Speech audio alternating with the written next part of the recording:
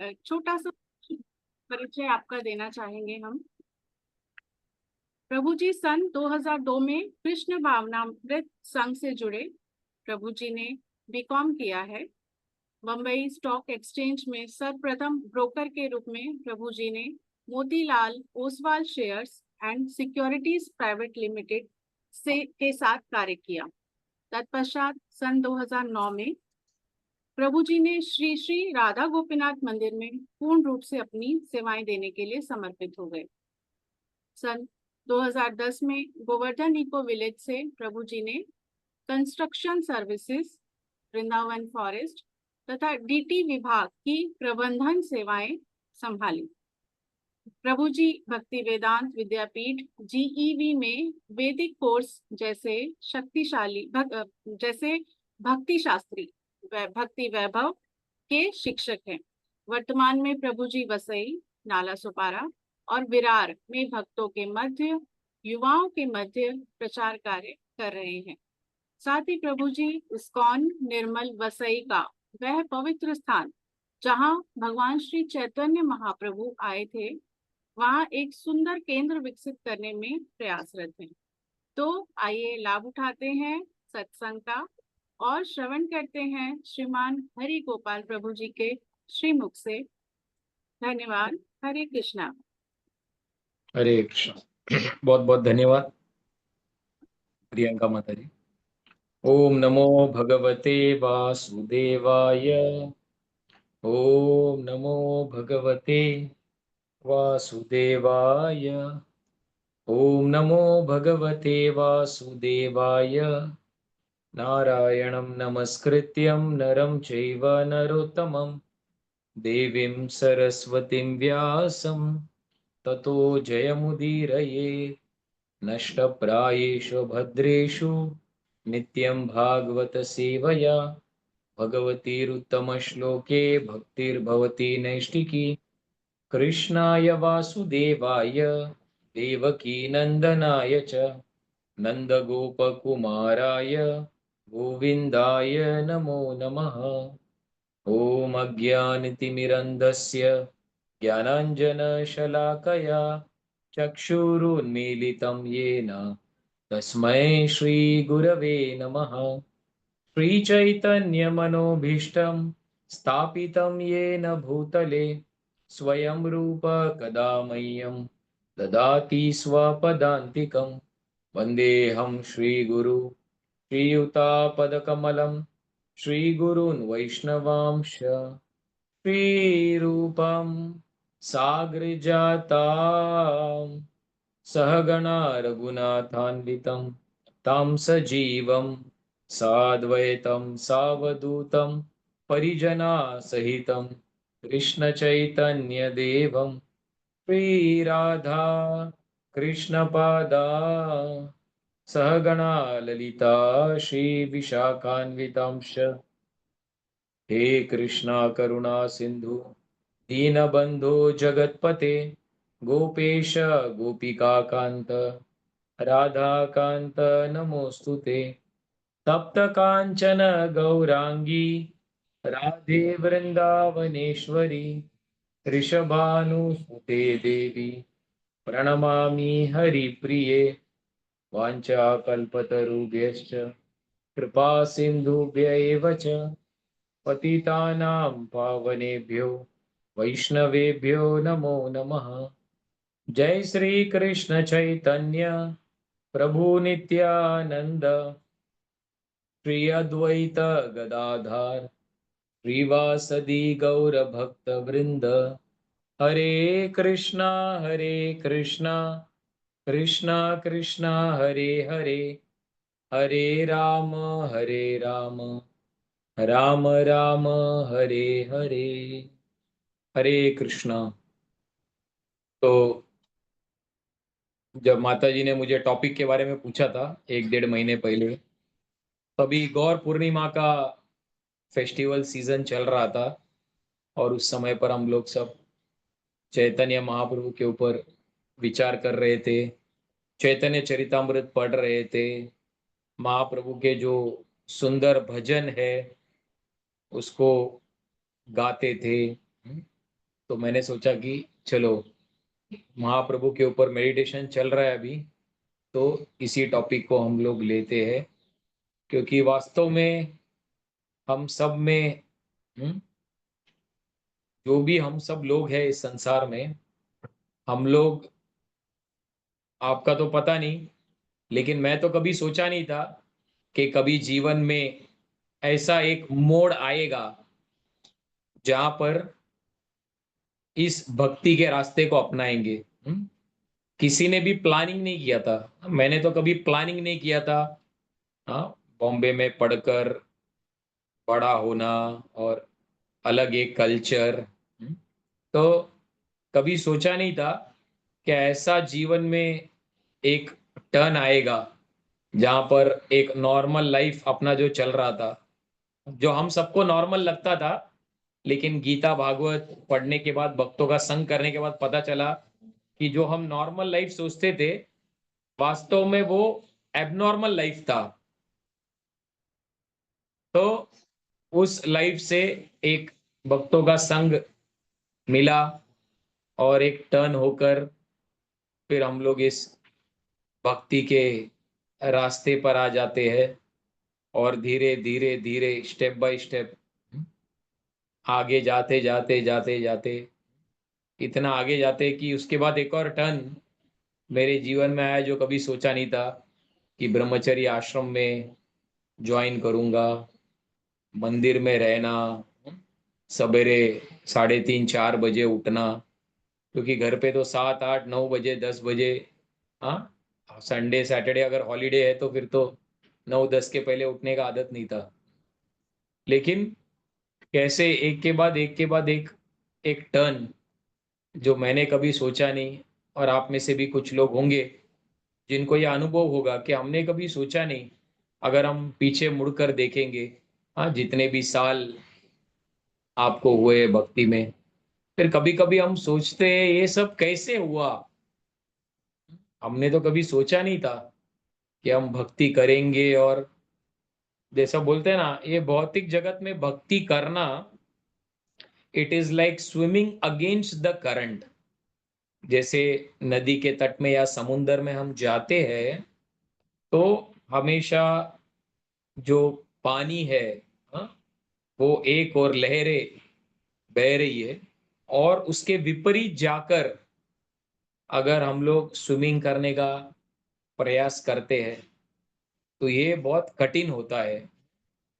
तो उसी प्रकार से इस कलयुग में, और खासकर ये जो अभी समय चल रहा है, इतना टेक्नोलॉजी, सोशल मीडिया, और इतना सारा प्रलोभन और डिस्ट्रैक्शन करने में हमारे मन को इतनी सारी चीजें आ रही है, जा रही है।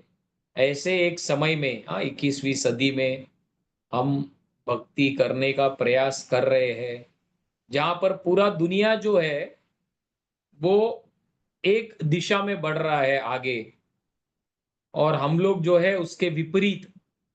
तो कई बार हम देखते हैं, कई बार जो हमारे रिश्तेदार होते हैं, हमारे अड़ोस पड़ोस वाले, परिवार वाले, जो भी है, मित्र, उन लोग जब देखते हैं हमारा जीवनचर्या इत्यादि, उन लोग सोचते हैं अरे क्या हो गया है, ऐसे क्यों चल रहा है, सब कुछ तो नॉर्मल था, क्या हो गया अचानक, ये रास्ता क्यों ले लिया, सब ठीक है ना। तो उन लोग भी बहुत आश्चर्यचकित हो जाते हैं हमारा एक नई जीवन शैली को हम देखकर। फिर कभी कभी विचार करके सोचते हैं ये सब कैसे हुआ, how did it all started, कैसे इतना परिवर्तन, कैसे हमारा जो वैल्यू सिस्टम था उसमें इतना सारा change, who is the cause, कहाँ पे ये सब हुआ। तो तब पता चलता है ये सब कुछ केवल एक ही चीज के वजह से होता है, क्योंकि चैतन्य महाप्रभु अगर 500 साल पहले नहीं आते थे, और अगर उनकी इच्छा नहीं होती थी, क्या इच्छा थी चैतन्य महाप्रभु का, पृथ्वीचे आचे अद नगर आदि ग्राम, सर्वत्र प्रचार होइबो मोरा नाम। पृथ्वीचे आचे अद नगर आदि ग्राम, सारे नगर, सिटी, टाउन, विलेज, सब जगह पर, in every town and village, सर्वत्र प्रचार होइबो मोर नाम। मेरा जो नाम है वो सब जगह पर प्रचार होना चाहिए। तो क्योंकि चैतन्य महाप्रभु स्वयं 500 साल पहले आए और उन्होंने सब जगह पर प्रचार किया और उन्होंने ये आदेश दिया, उन्होंने ये हरे कृष्ण महामंत्र स्वयं करके हम सबको दिया, उसके वजह से ये सारा जो हमारे और आपके जीवन में जो एक दिशा बदलने का जो कार्य है वो केवल चैतन्य महाप्रभु के आने से हुआ है। अगर वो नहीं आते थे तो ये सारा चीज संभव नहीं होता था। जो भी हम देख रहे हैं ये ब्रह्म मध्य गौड़ीय गुरु शिष्य परंपरा है, ये पूरा जो है चैतन्य महाप्रभु के आने से, और उन्होंने जो षड गोस्वामी के माध्यम से अगला अगला अगला अगला जो पीढ़ी आते आते फिर प्रभुपाद के माध्यम से, हाँ, मोरा सेनापति भक्त, जो चैतन्य महाप्रभु ने कहा था कि मेरा सेनापति भक्त को मैं भेजूंगा जो सारा 7 समुंदर को पार करके पूरे विश्व भर में ये हरिनाम का प्रचार करेगा। तो महाप्रभु आए थे और उनकी इच्छा से उन्होंने श्रील अभय चरणारविंद भक्ति वेदांत स्वामी श्रील प्रभुपाद को भेजा, जो महाप्रभु के संदेश को पूरे विश्व भर में प्रचार किया।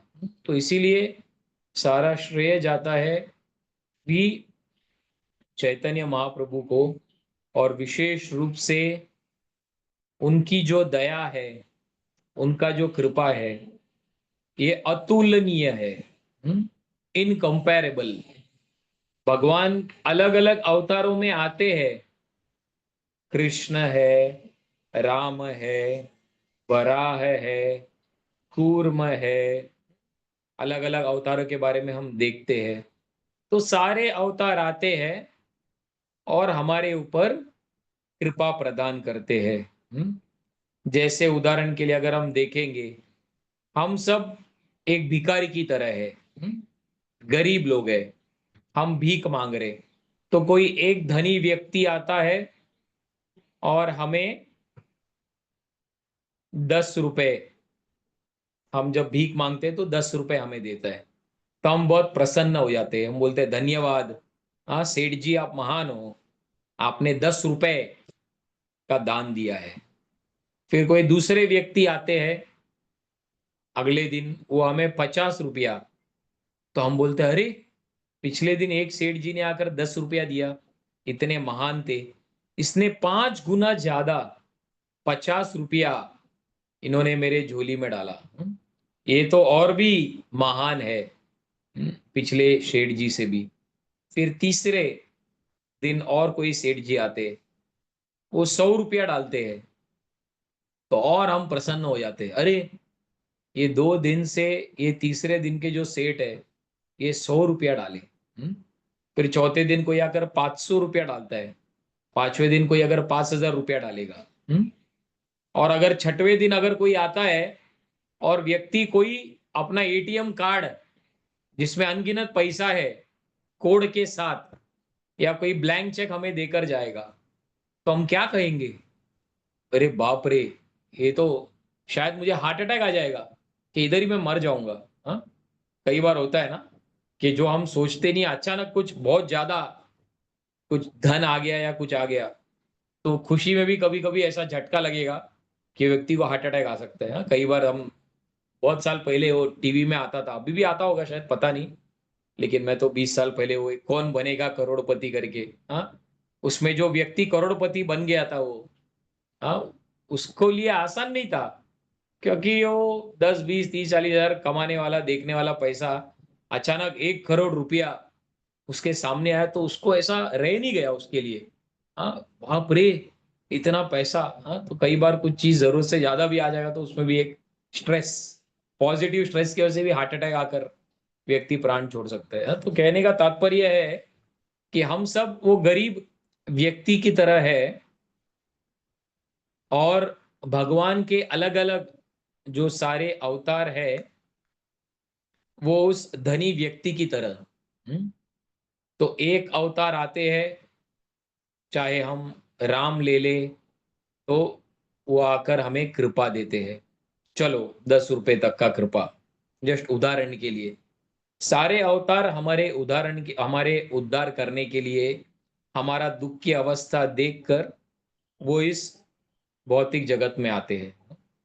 फिर दूसरे अवतार आते हैं, चलो एक और लेवल ऊपर, लो 50 रुपया। तीसरे अवतार आते हैं, चलो 100 रुपया। तो सारे अवतार कृपा देते हैं, लेकिन वो कृपा में भी अलग अलग लेवल होता है। लेकिन जब चैतन्य महाप्रभु आते हैं तो वो उस ऐसे धनी व्यक्ति की तरह है जो हमें 50, 100, 500, 1000 रुपया, 5000, 10,000 नहीं देते। डायरेक्ट एटीएम कार्ड जिसमें अनगिनत पैसा है, या फिर ब्लैंक चेक जिसमें जितना पैसा भरना है भर लो, वो हमें देकर जाते हैं। तो ऐसा कोई धनी व्यक्ति या ऐसा कोई भगवान के अवतार के बारे में जब हम देखते हैं या सुनते हैं, तो वास्तव में हमें लगता है बाप रे, ये क्या है। ऐसा तो मैं कभी सोच नहीं सकता हूं कि इतना कृपा, इतना दया। हम्म?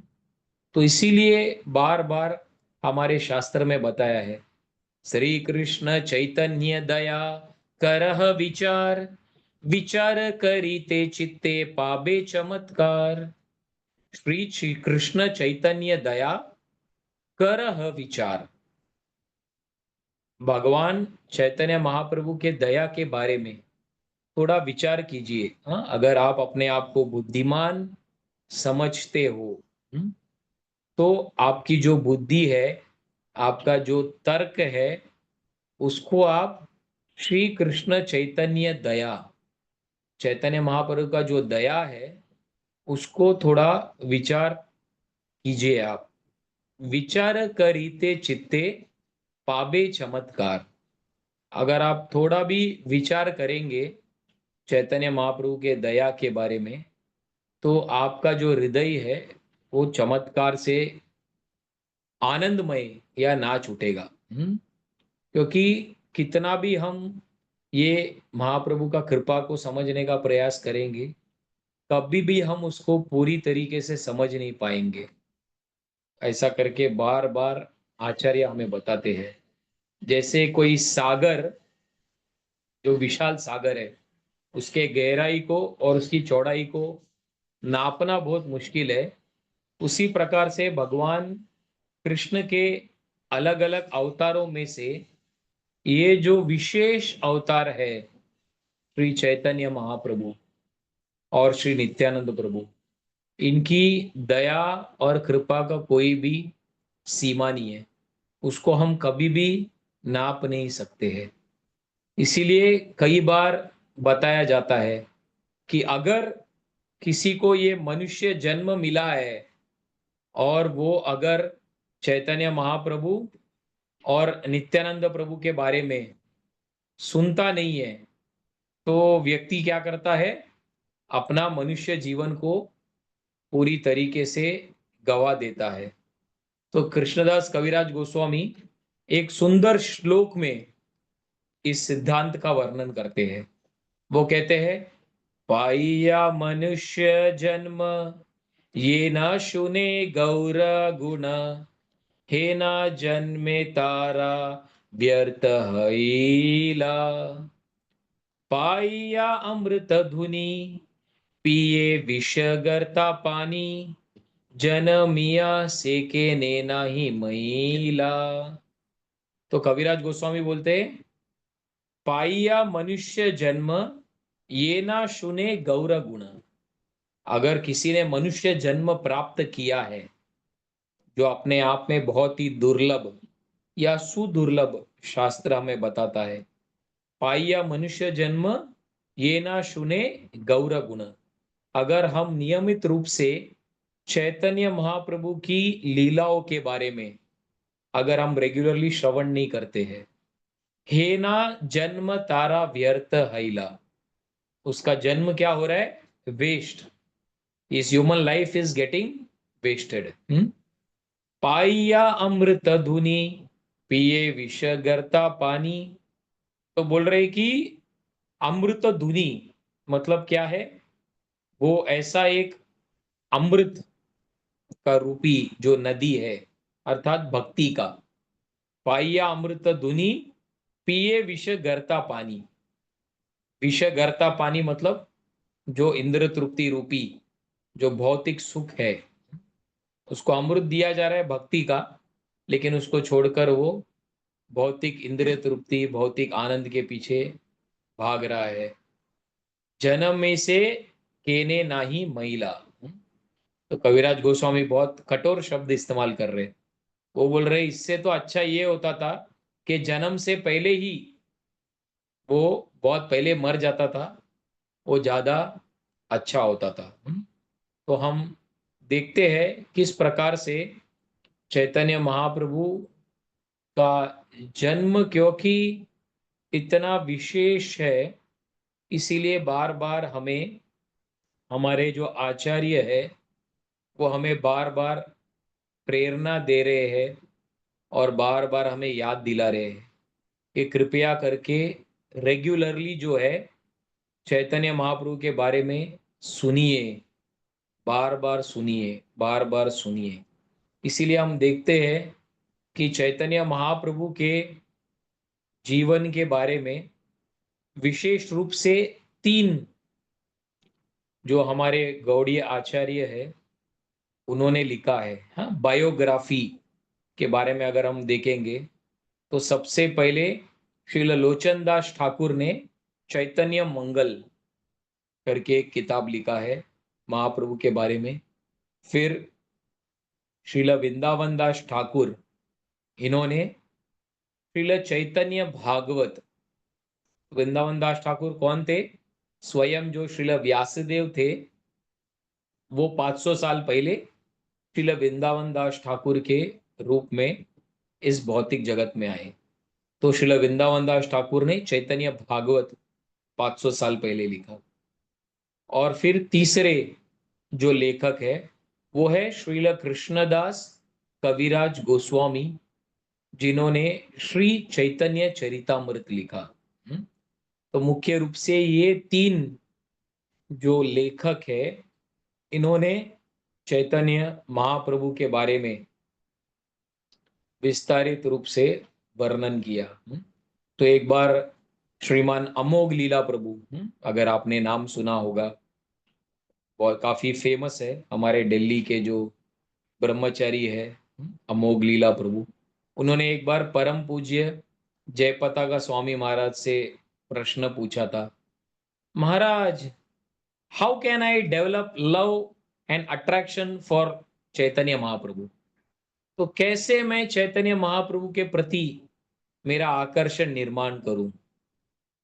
तो परम पूज्य जयपताका स्वामी महाराज ने कहा कि रीड चैतन्य चरितामृत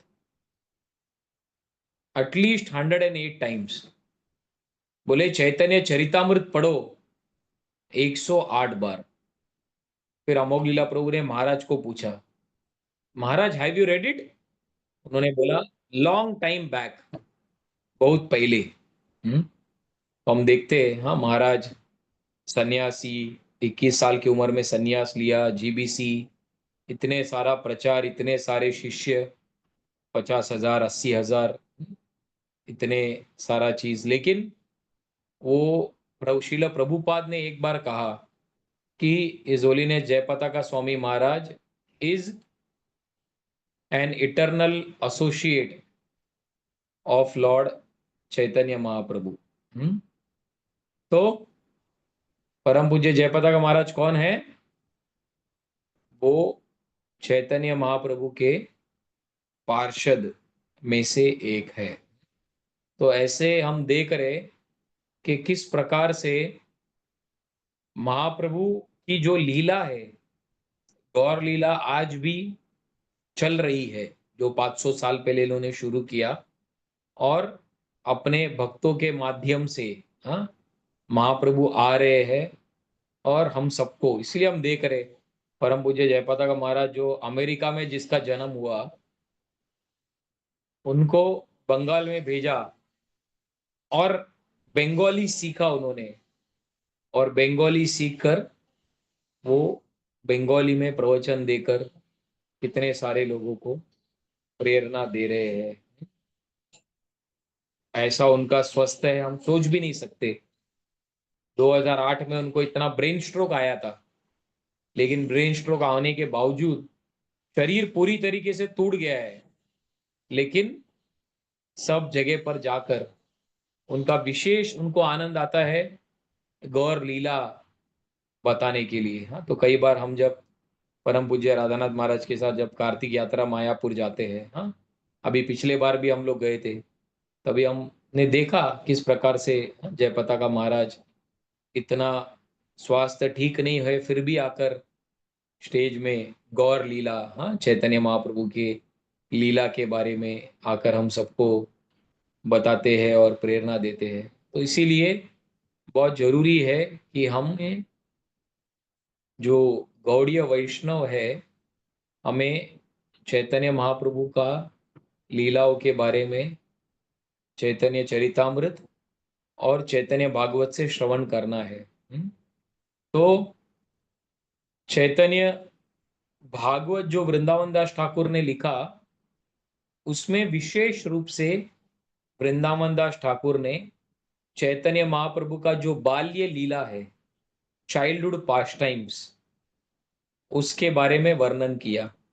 तो चैतन्य महाप्रभु का अगर जीवन के बारे में हम देखेंगे तो दो भागों में हम बांट सकते हैं, जन्म से लेकर 24 साल तक और 24 साल से लेकर 48 ईयर्स, 48 साल तक। तो पहला जो 24 साल हम देखते हैं, वो 24 साल की उम्र में महाप्रभु ने सन्यास लिया। तो ये महाप्रभु का पहला 24 साल, और फिर सन्यास के बाद जो महाप्रभु प्रचार के लिए निकले, वो 24 साल से लेकर 48 साल तक। तो श्रील वृंदावन दास ठाकुर ने अपने चैतन्य भागवत में विशेष रूप से महाप्रभु का जो बिफोर सन्यास या सन्यास के पहले का जो भी सारा लीला है, खासकर बचपन से लेकर, हाँ, निमाई का जन्म से लेकर जो भी सुंदर लीला निमाई ने की, वो सारी लीला के बारे में, फिर किस प्रकार से निमाई जो थे एक स्टूडेंट ऑफ ग्रामर, हाँ, तर्क के वो ये थे पंडित, उसमें विद्वान थे, संस्कृत ग्रामर और उसमें, तो उनका स्टूडेंट लाइफ के बारे में, फिर उनके विवाह के बारे में, पहले लक्ष्मी प्रिया और विष्णु प्रिया से विवाह करते हैं। तो ये सारा जो बाल्य लीला से लेकर सन्यास लेने तक का जो लीला है, उसका विस्तारित वर्णन हम देखते हैं श्रील वृंदावन दास ठाकुर अपने श्री चैतन्य भागवत में करते हैं। और फिर बचपन का लीला लिखते लिखते इतना किताब बढ़ गया कि आगे का उन्होंने एकदम शॉर्ट में लिख दिया, क्योंकि वृंदावन दास ठाकुर को लगा कि अरे मेरा किताब बहुत बड़ा हो जाएगा, तो बहुत सारे लोग किताब का साइज देखकर ही उनका पढ़ने का इच्छा नहीं रहेगा। तो इसीलिए उन्होंने स्टार्टिंग में इतना विस्तार में लिख दिया कि शेष लीला जो महाप्रभु ने सन्यास लेने के बाद किया, उसको एकदम शॉर्ट में ये कर दिया। और फिर चैतन्य जो कृष्णदास कविराज गोस्वामी को ये आदेश मिला सारे भक्तों से कि कृष्णदास कविराज गोस्वामी, आपको एक सेवा करना है। क्या सेवा करनी है? सेवा ये है कि आपको चैतन्य महाप्रभु का सन्यास के बाद का लीला लिखना है, क्योंकि वृंदावन दास ठाकुर ने चैतन्य महाप्रभु के सन्यास के बाद का लीला शॉर्ट में लिखा है, डिटेल में लिखा नहीं है। केवल बचपन का लीला उन्होंने डिटेल में लिखा है। तो सारे भक्तों ने कविराज गोस्वामी को कहा। तो कृष्णदास कविराज गोस्वामी ने चैतन्य महाप्रभु की सारी लीलाओं के बारे में अपने गुरु जो रघुनाथ दास गोस्वामी थे उनसे सुना। और रघुनाथ दास गोस्वामी जो थे, उनके जो शिक्षा गुरु वो थे श्रील स्वरूप दामोदर गोस्वामी। और स्वरूप दामोदर गोस्वामी जो थे महाप्रभु के साथ हमेशा रहते थे। तो महाप्रभु के साथ रहते थे स्वरूप दामोदर गोस्वामी। स्वरूप दामोदर गोस्वामी के जो एक शिष्य रघुनाथ दास गोस्वामी जो उनको शिक्षा दे रहे थे, और रघुनाथ दास गोस्वामी ने कृष्णदास गोस्वामी। तो इस तरीके से महाप्रभु सन्यास लेने के बाद जब पुरी में थे आफ्टर 24, तो उस चीज का विशेष सुनने को मिला परंपरा में श्रील कृष्णदास कविराज गोस्वामी को। तो इसीलिए सारे भक्तों ने कृष्णदास कविराज गोस्वामी को कहा कि आप जो है महाप्रभु की लीलाओं के बारे में आप लिखो, क्योंकि हम सुनना चाहते हैं। और उस समय पर कृष्णदास कविराज गोस्वामी का जो उम्र था वो था अबव 90। तो आप सोचिए 90 साल के बाद अगर आपको कोई सेवा दे रहा है, वो भी कौन सा सेवा, सोचकर याद करके लिखना है, आसान नहीं है। हाँ, कई बार हम भक्ति शास्त्री क्लास लेते तो उसमें श्लोका मेमोराइजेशन आता है।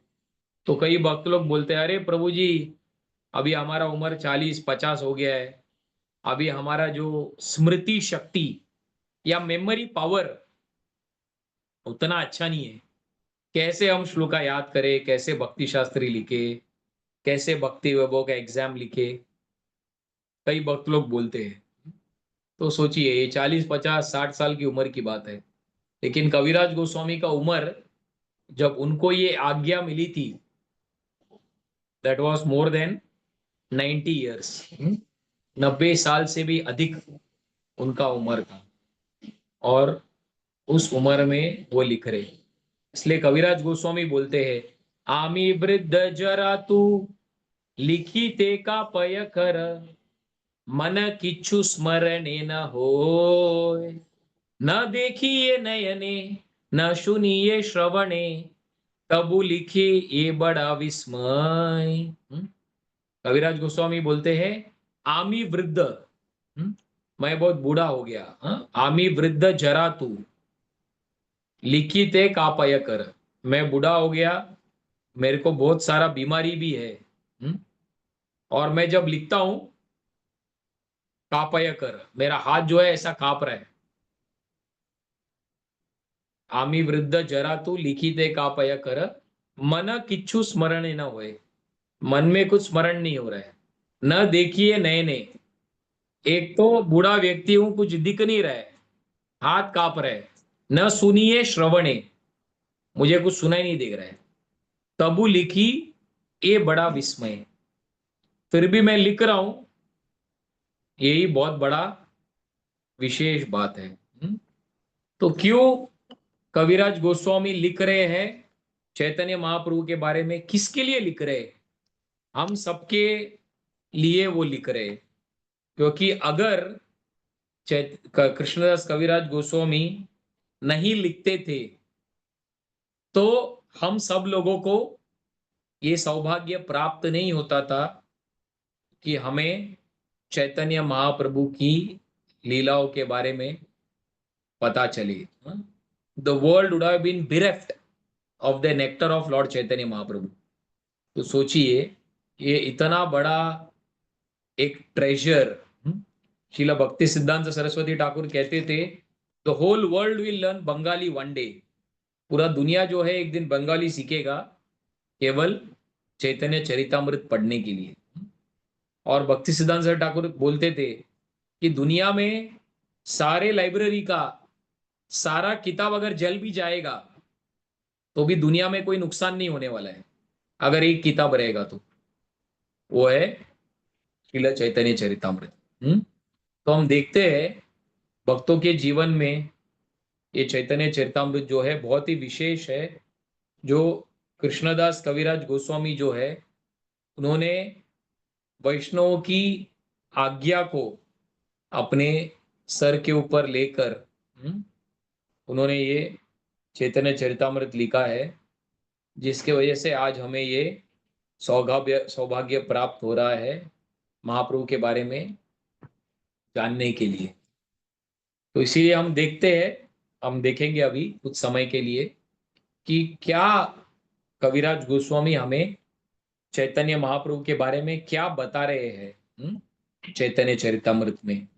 तो कुछ आदि लीला का कुछ श्लोकों में जहां पर वो चैतन्य महाप्रभु के तत्व के बारे में, चैतन्य महाप्रभु कौन है और चैतन्य महाप्रभु का इस भौतिक जगत में आने का इंटरनल रीजन, आंतरिक कारण, चैतन्य महाप्रभु का इस भौतिक जगत में आने का एक्सटर्नल रीजन, बाह्य अवतार कारण, ये सारी चीजों के बारे में हम समझने का प्रयास करेंगे। तो सबसे पहले कविराज गोस्वामी चैतन्य चरितामृत के आदि लीला में बोलते हैं, वंदे श्री कृष्ण चैतन्य नित्यानंद सहोदितो गौड़ोदये पुष्पवंतो चित्रौ शंदौ तमोनुधौ। वो बोलते हैं वंदे श्री कृष्ण चैतन्य नित्यानंद सहोदितो। तो बोलते मैं चैतन्य महाप्रभु और नित्यानंद प्रभु ये दोनों को प्रणाम करता हूं। वंदे श्री कृष्ण चैतन्य नित्यानंद सहोदितो गौड़ोदय पुष्पवंतो। इनका आविर्भाव सूर्य और चंद्र के समान किया गया है। जो गौड़ भूमि नादिया डिस्ट्रिक्ट उनका जन्म हुआ था। गौड़ोदय पुष्पवंतो चित्रो शंदो तमोनुदौ। किस लिए वो आए? जो तमो, तमो मतलब अज्ञान, डार्कनेस, उसको दूर करने के लिए चैतन्य महाप्रभु और नित्यानंद प्रभु दोनों सूरज और चंद्रमा की तरह दोनों इस भौतिक जगत में उन्होंने अवतार लिया है। ये सबसे पहली बात कविराज गोस्वामी हमें बताते हैं। उसके बाद फिर एक्सटर्नल रीजन, बाह्य अवतार कारण चैतन्य महाप्रभु का आने का, external reason for the appearance of Lord Chaitanya Mahaprabhu. तो कविराज गोस्वामी एक सुंदर श्लोक में हमें बताते हैं, अनार्पित चरिम चिरात करुणया अवतीर्ण कलौ समर्पयितुम उन्नत उज्ज्वल रसाम स्वभक्ति श्रियाम हरिपुरत सुंदर दुति कदम्ब संदीपिता सदा हृदये कंदरे स्फुरतौ वा सचिनंदन। तो बाह्य अवतार कारण चैतन्य महाप्रभु का इस भौतिक जगत में आने का वो क्या है? अनअर्पित चरिम चिरात। अर्पित मतलब कुछ देना, अनअर्पित, अनअर्पित मतलब वो चीज जो कभी भी किसी को नहीं दिया था। अनअर्पित चरिम चिरात, चिरात मतलब फॉर लॉन्ग टाइम, लंबे समय तक जो चीज जो किसको नहीं दिया था। अनअर्पित चरिम चिरात करुणया अवतीर्ण कलो।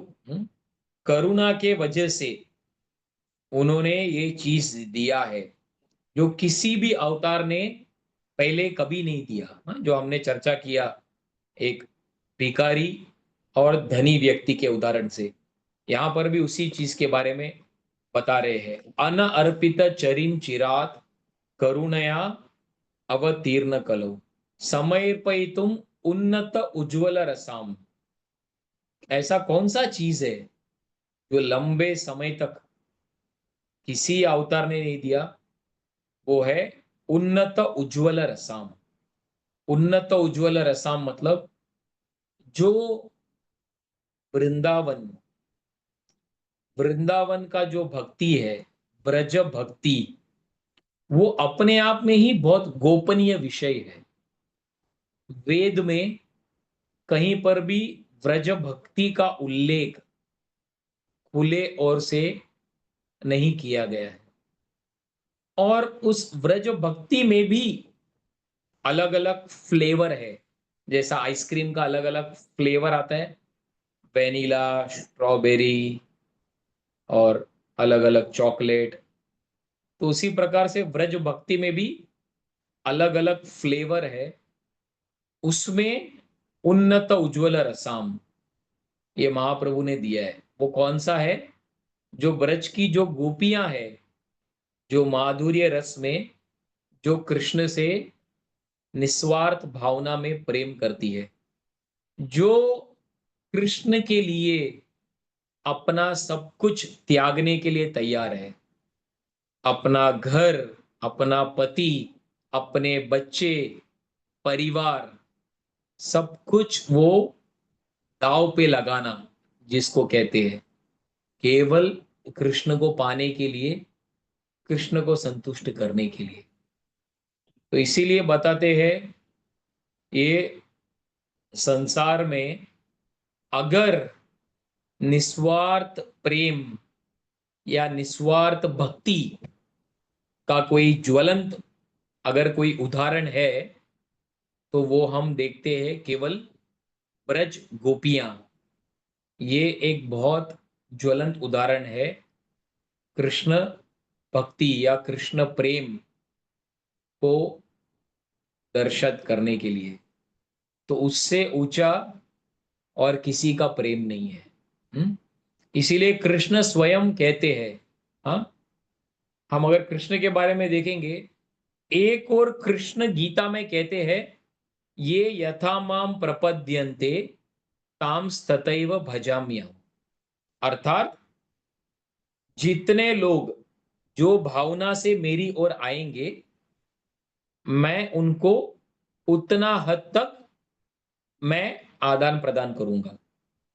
जितना आपने मेरे लिए किया, इक्वल इसमें मैं आपको आदान प्रदान करूंगा। ये भगवान गीता में कहते हैं, ये उनका पॉलिसी। लेकिन गोपियों ने जो किया कृष्ण के लिए, वो देखकर कृष्ण हार जाते हैं।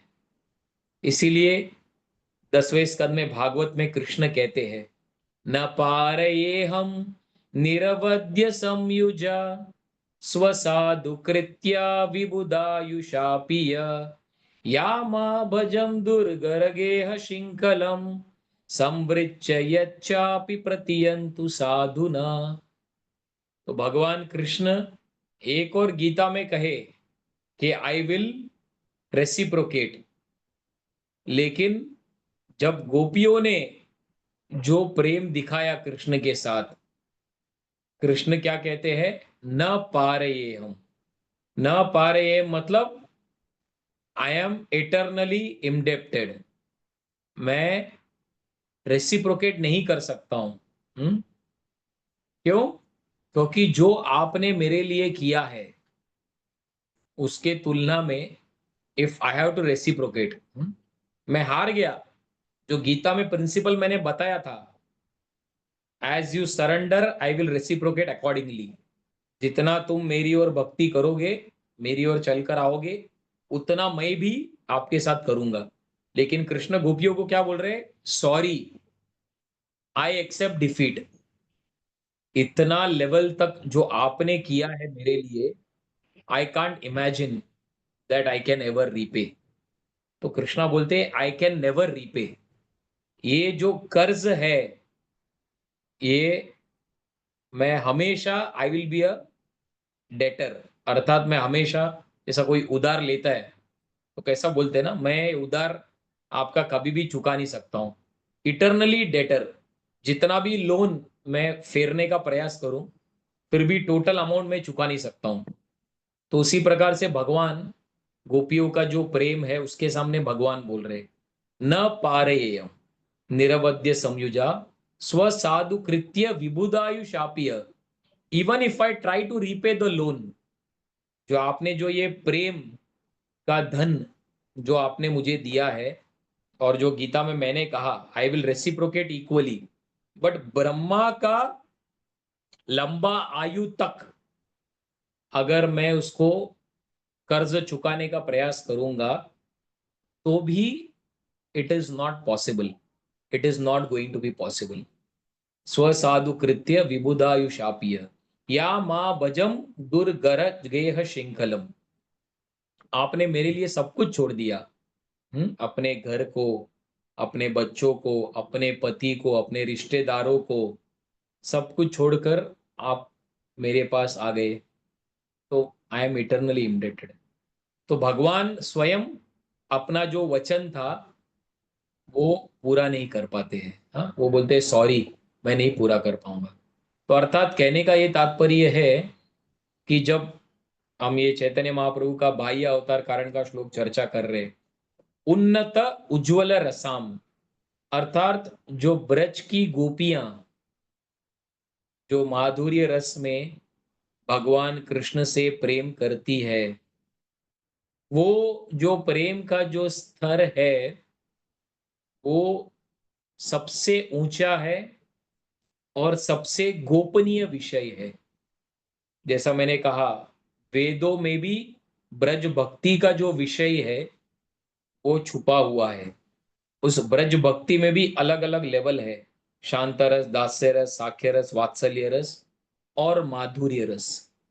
तो ये जो माधुर्य रस में जो गोपियां जो भगवान कृष्ण से जो प्रेम करती थी निस्वार्थ भावना से, तो ये समझना बहुत जरूरी है।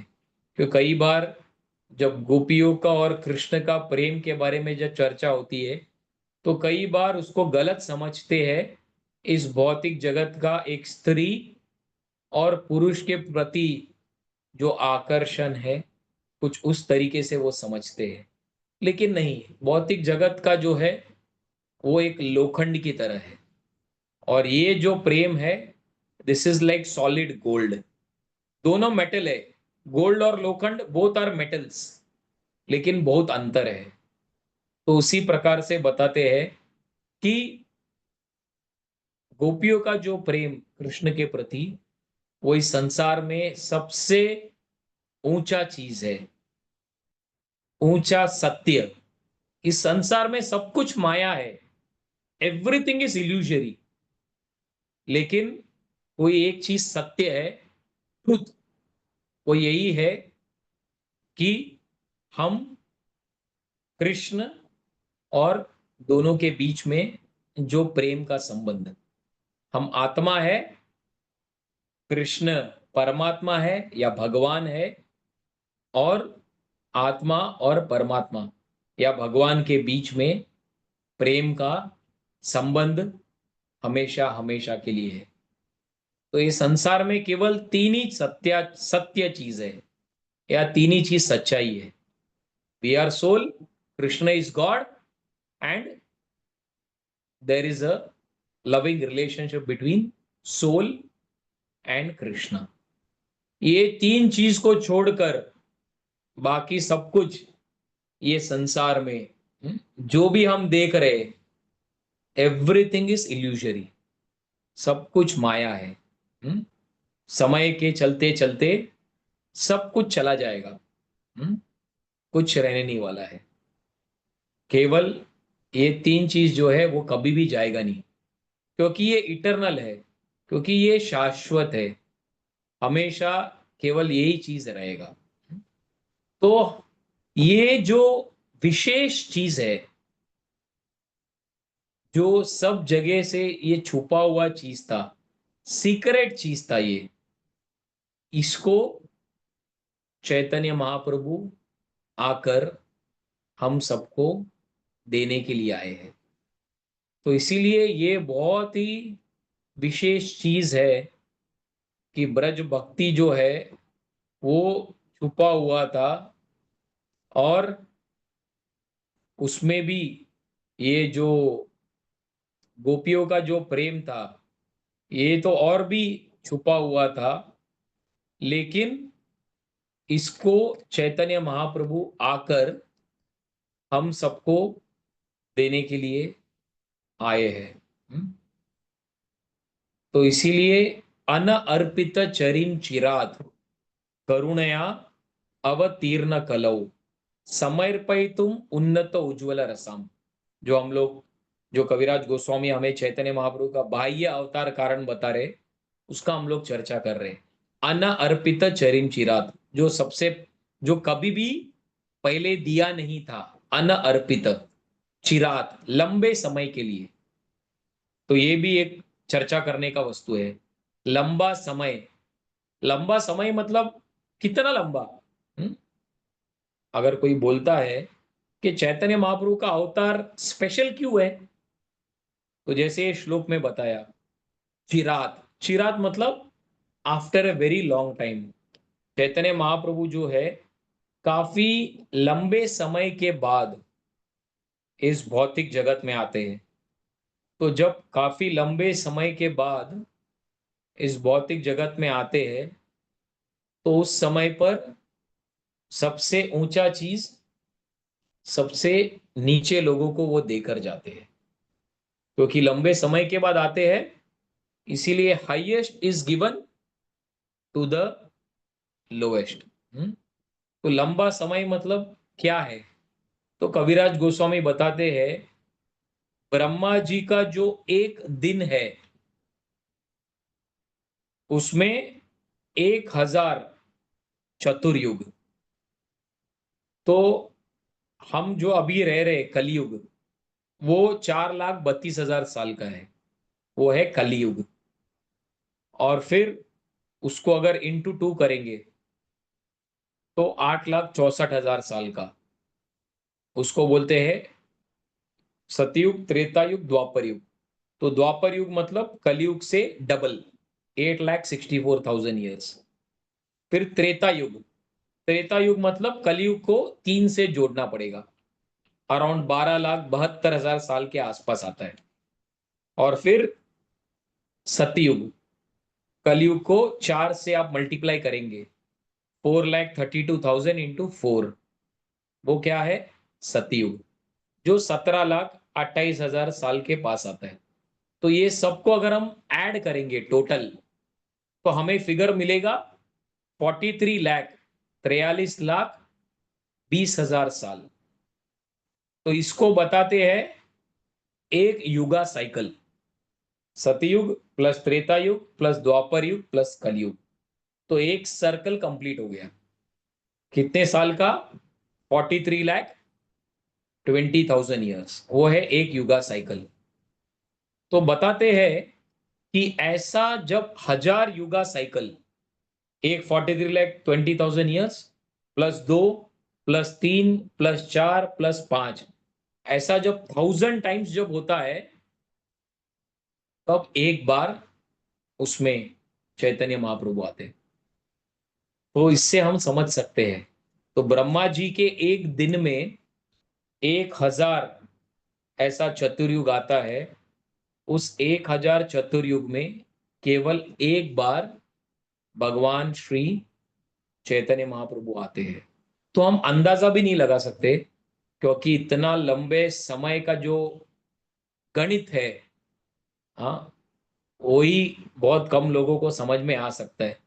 लेकिन जिसको समझ में आया और थोड़ा विचार विमर्शन करेंगे तो लगेगा बाप रे, इतना लंबा समय।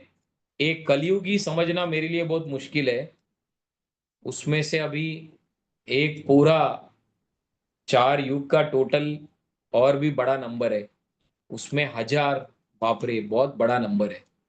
लेकिन समझना जरूरी है, क्योंकि जब बता रहे ये श्लोका में अनार्पित चरिम चिरात, चिरात मतलब आफ्टर अ लॉन्ग टाइम, काफी लंबे समय के बाद जब चैतन्य महाप्रभु आते हैं, अनअर्पित चरिम चिरात, क्योंकि लंबे समय के बाद चैतन्य महाप्रभु आते हैं, तो इसीलिए अनअर्पित, वो चीज अर्पण कर रहे हैं जो कभी भी कोई भी भगवान कृष्ण के अवतारों ने आज तक किसी को कभी भी नहीं दिया। वो क्या है? समर्पयितुम उन्नत उज्ज्वल रसाम। वो है ये ब्रज की गोपियों का जो प्रेम है, जो इस ब्रह्मांड में सबसे ऊंचा है, वो हम सारे लोगों को वो देना चाहते हैं। ये कभी भी किसी को भी ऐसा नहीं मिलता था।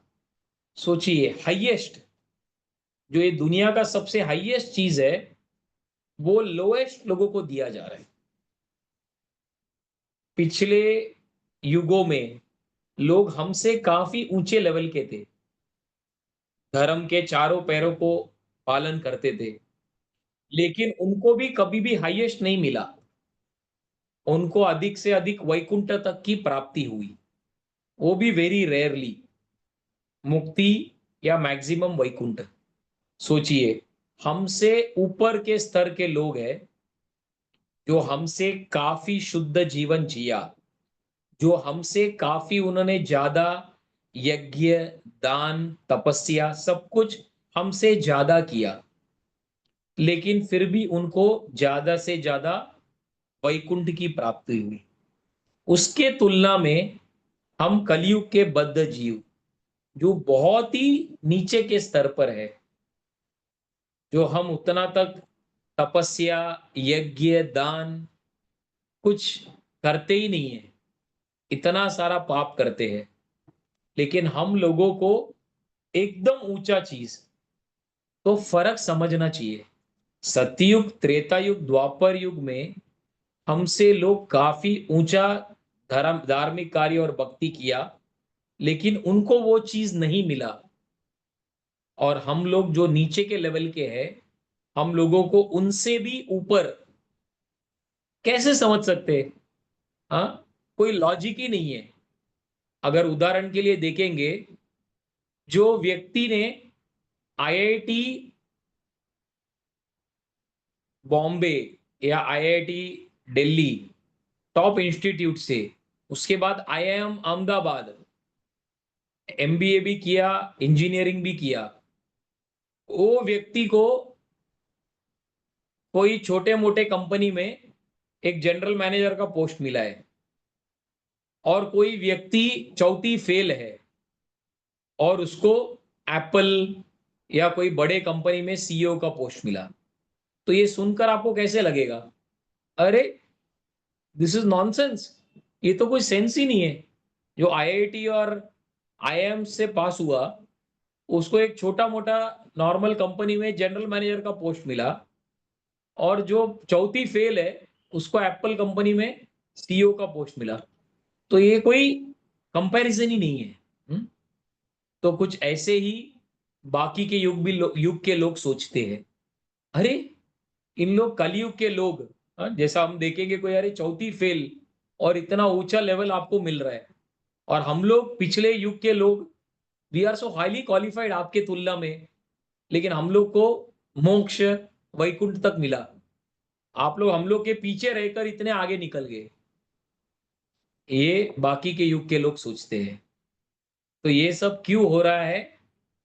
क्योंकि अनर्पित चरिम चिराग करुणया अवतीर्ण कलौ समर्पयितुम उन्नत उज्ज्वल रसाम स्वभक्तिम श्रियाम। चैतन्य महाप्रभु जो इतने लंबे समय के बाद, क्योंकि वो इस भौतिक जगत में आते हैं, इसीलिए वो ऐसा चीज लोगों को गिफ्ट दे रहे हैं, जो किसी भी अवतार ने आज तक कभी भी नहीं दिया। और कितना भी उसके बारे में हम अगर सोचेंगे, हाँ, जो ये एग्जाम्पल मैंने दिया, उसको याद करने का और उसको विचार करने का प्रयास कीजिए, तो इसका, ये एग्जाम्पल से थोड़ा बहुत आप अंदाजा लगा सकते हो। जो मैंने बताया, आईआईटी आईआईएम पास आउट, सादे कंपनी में जनरल मैनेजर, और फोर्थ फेल, एप्पल कंपनी में सीईओ। तो कुछ उसी प्रकार से पिछले युग के लोग हम जैसे कलयुग के बद्ध जीव का जीवन देखकर, सुनकर विचार करते हैं कि क्या इन लोग को मिला है। तो इसीलिए हम देखते हैं कि जो देवता लोग हैं वो भी तरसते हैं। क्यों तरसते हैं? वो जब देखते हैं कि अरे ये कलयुग, इसमें चैतन्य महाप्रभु के आने से इतना बड़ा एक बम्पर लॉटरी सेल मिल गया है कि अगर काश हम लोग, अगर देवलोक छोड़कर भूलोक में काश हम जन्म ले पाते इस समय पर, राइट नाउ, अभी जब हम लोग यहाँ पर अभी उपस्थित है। देवता लोग सोच रहे, if at all I get a chance, अगर मुझे मौका मिले कि भारत भूमि में जाकर मैं अभी इस समय पर जन्म ले सकूं, तो मैं भी महाप्रभु का कृपा को पूरा प्राप्त करके अपने जीवन को धन्य कर सकता हूं। ऐसे कौन तड़प रहा है? देवता लोग, इंद्र, चंद्र, वायु, अग्नि, सूर्य, जो इतने बड़े बड़े देवता लोग हैं, जो हमसे कई गुना ऊपर के लोगों में रहते हैं, हमसे कई गुना in terms of material facility. जैसा हम सोचते हैं ना, ये दुनिया में अमेरिका, जापान हाईटेक, अरे देवता लोग के नगरी के सामने तो ये जापान अमेरिका झोपड़पट्टी रहेगा। जो भौतिक सुख सुविधा में उन लोग रहते हैं अपने लोक में, उसके तुलना में अमेरिका, जापान तो धारावी का झोपड़पट्टी जैसा है। लेकिन इतना सुख सुविधा होने के बावजूद उनको पता है कि कुछ आनंद नहीं है देवलोक में। वास्तव में अगर अभी आनंद है तो अभी भूलोक में, जब चैतन्य महाप्रभु जस्ट आए हैं, और 10,000 साल तक, तो महाप्रभु के आने के बाद 10,000 साल तक ये गोल्डन पीरियड चलने वाला है। तो देवता लोग तड़प रहे हैं, उन लोग इच्छा कर रहे, will we get a chance? क्या हमको मौका मिल सकता है क्या? क्या हमको मौका मिल सकता है क्या? नहीं तो हम यहीं पर फंस जाएंगे।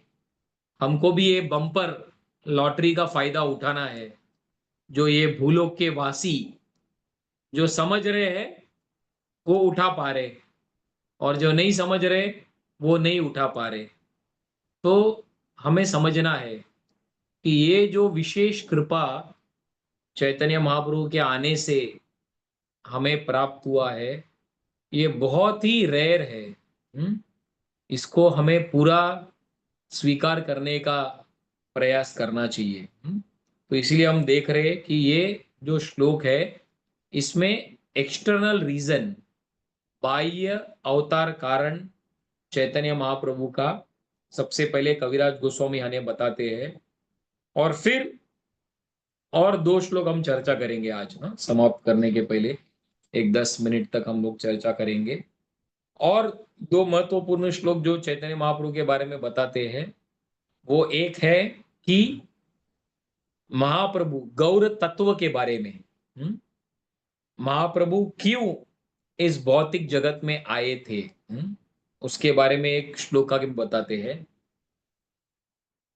वो ये है, राधा कृष्ण प्रणय विकृतिर लादिनी शक्तिरस्मात् एकात्मानौ अपि भुवि पुरा देह भेदं गतौ तौ चैत्यम आख्यम प्रकटन मधुना तद्वयम चैक्यमाप्तम राधा भाव दुति सुवलितम नौमि कृष्ण स्वरूपम।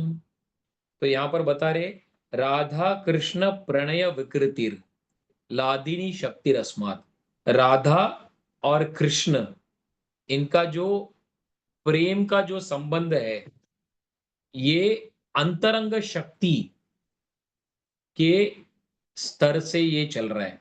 जो इंटरनल पोटेंसी है भगवान कृष्ण की, लादिनी शक्ति, वो उसके अंतर्गत राधा और कृष्ण का जो प्रेम का जो आदान प्रदान उसमें चल रहा है।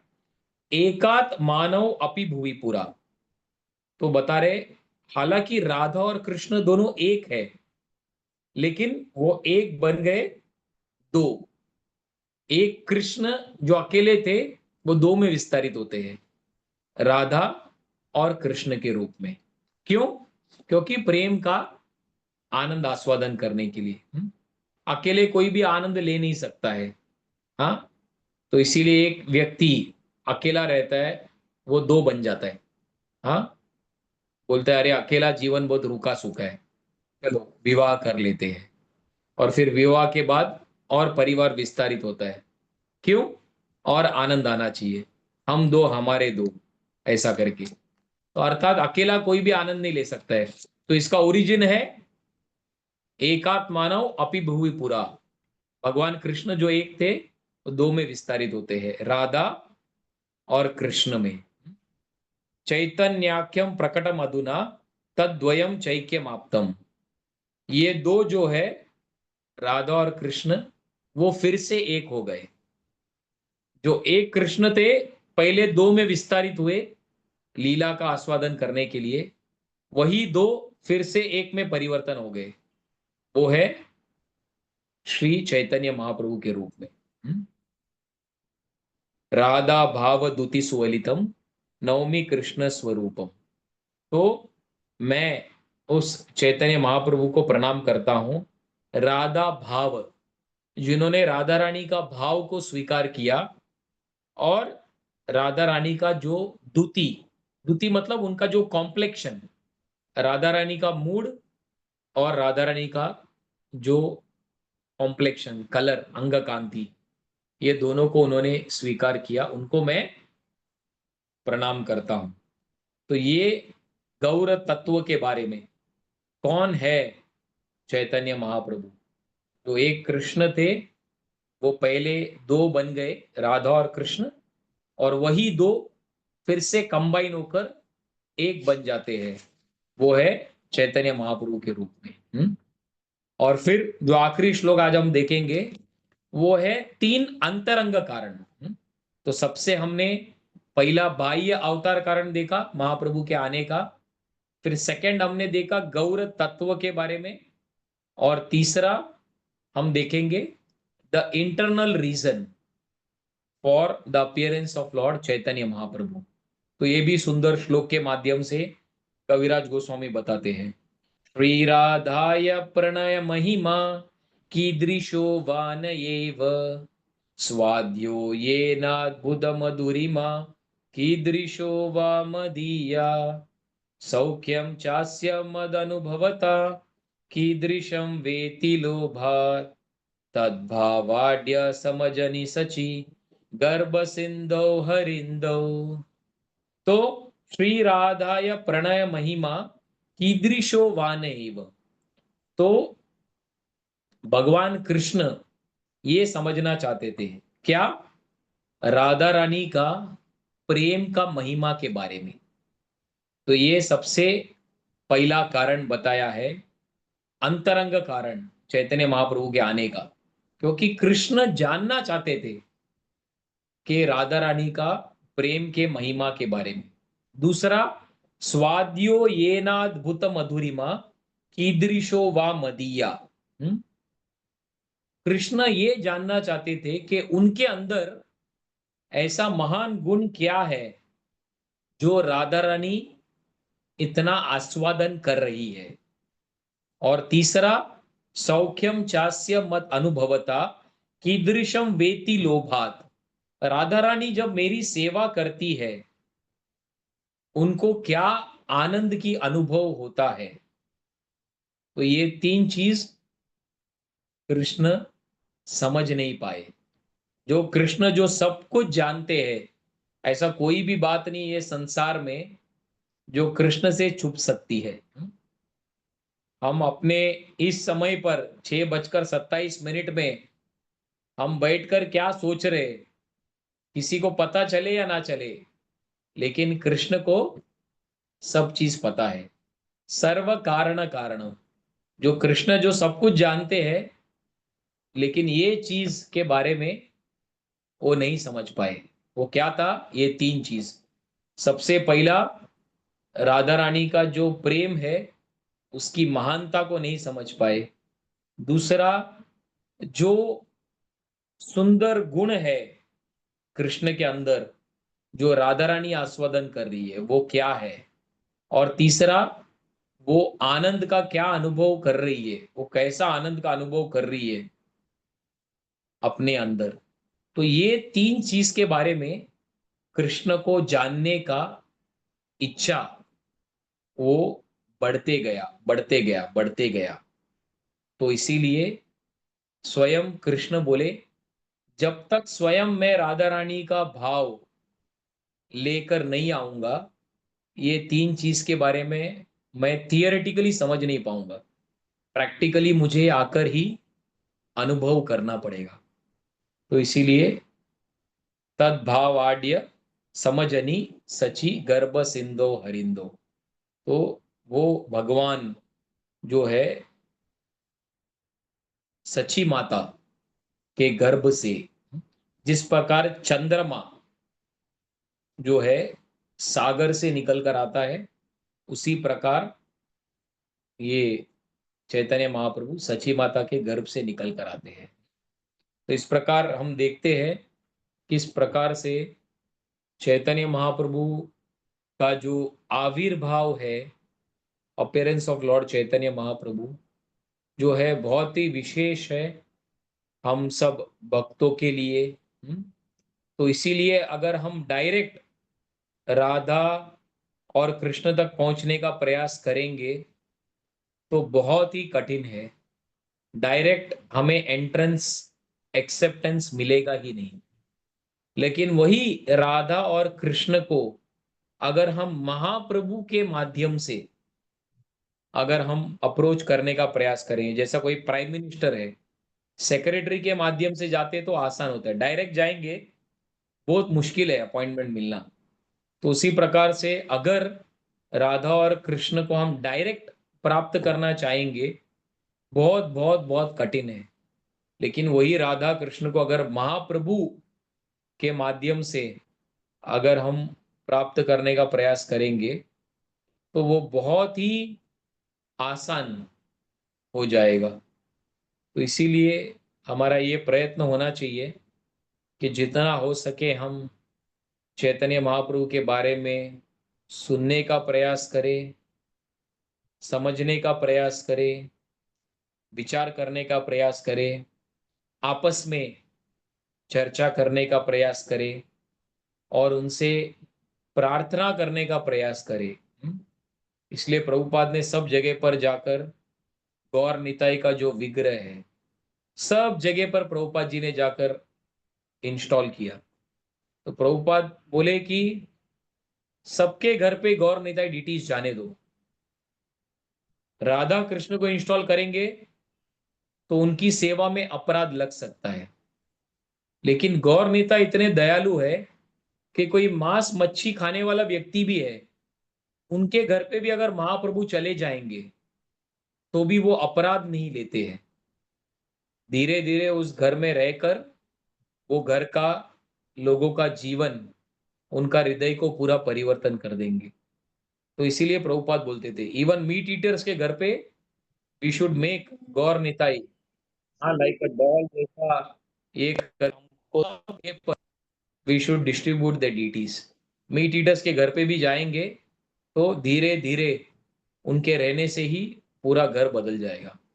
तो इसलिए हम देखते थे कि प्रभुपाद ने पूरे विश्व भर में पूरा चैतन्य महाप्रभु और गौर निताई के नाम को सब जगह पर प्रचार किया।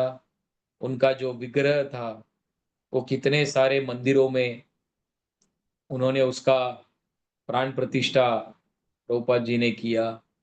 और प्रभुपाद प्रार्थना करते थे कि हे महाप्रभु नित्यानंद प्रभु, हाँ, ऑस्ट्रेलिया में एक बार प्रभुपाद जी ने Gaura Nitai deities I think Melbourne में इंस्टॉल किया और प्रभुपाद कीर्तन कर रहे थे, परम करुणा पाहु दुई जन निताई गौर चंद्र।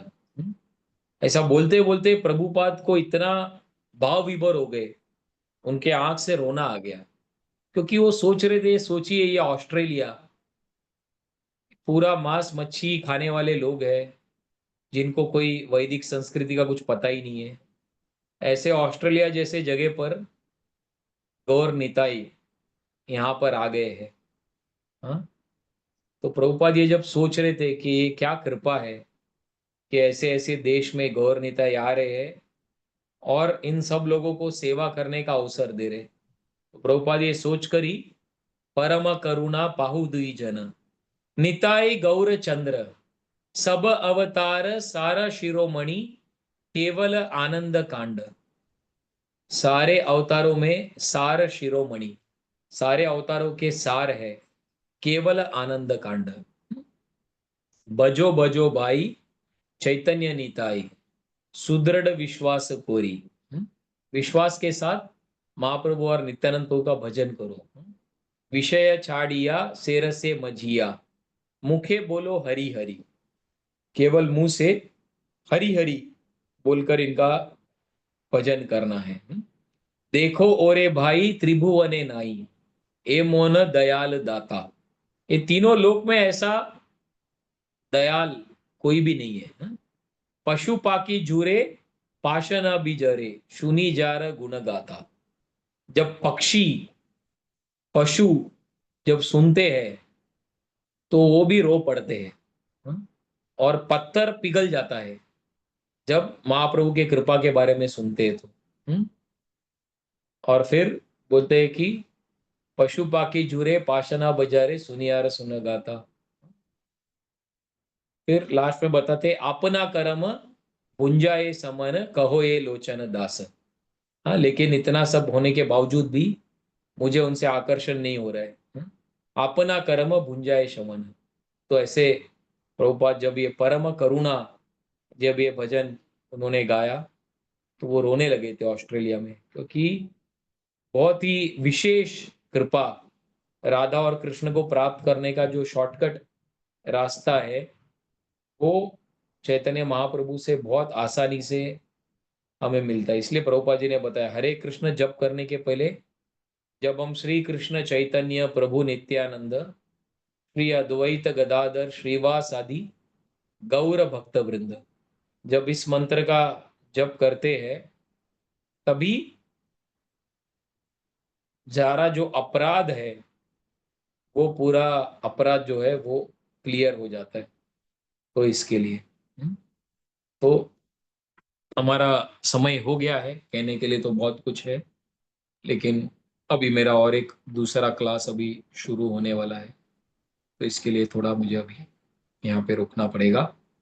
हरे कृष्णा कृष्ण कृष्ण हरे हरे, हरे राम राम राम हरे हरे। श्री गौरांग महाप्रभु की जय, श्रील कृष्णदास कविराज गोस्वामी की जय, शील प्रभुपाद की जय। हरे कृष्णा। हरे कृष्ण प्रभु जी, दंडवत प्रणाम। Thank you so much. पहली बार ये एहसास हुआ कि कलयुग में जन्म लेके कितना बड़ा सुख हुआ, कितने भाग्यशाली हैं।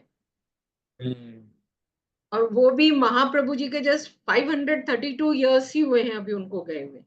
यस और यस उस करेक्ट। पीरियड में हम लोग ने जन्म लिया है, तो हम लोग कितने भाग्यशाली हैं।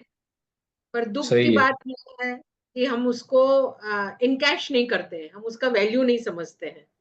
तो सही आज है। आपने बहुत सुंदर बात कही, और ये बात हम लोग को सच में गांठ बांध के रखनी चाहिए। हम लोग महाप्रभु जी की इस परंपरा में जुड़े हुए हैं, प्रभुपाद जी की कृपा से हम लोग जुड़े हुए हैं। तो आपके आज श्रीमुख से इतनी सुंदर कथा सुन के चैतन्य महाप्रभु जी के बारे में उन बातों का ज्ञान प्राप्त करके जो हम लोग ने नहीं सुनी थी, उसके लिए हम आपके बहुत बहुत आभारी हैं। और उम्मीद करेंगे कि प्रभु जी आगे भी जब जब श्रद्धा में आपकी जरूरत होगी तो आप अपना अमूल्य समय निकाल कर श्रद्धा में आने की कृपा करेंगे, और आपके श्रीमुख से ऐसा ही कथाओं का श्रवण करके हम अपना जीवन सुधारने का प्रयास करेंगे। हरे कृष्णा, दंडवत प्रणाम। थैंक यू सो मच प्रभु। Thank you. Thank Hare thank you प्रभु जी। Hare Krishna. Thank you. You. Hare Krishna.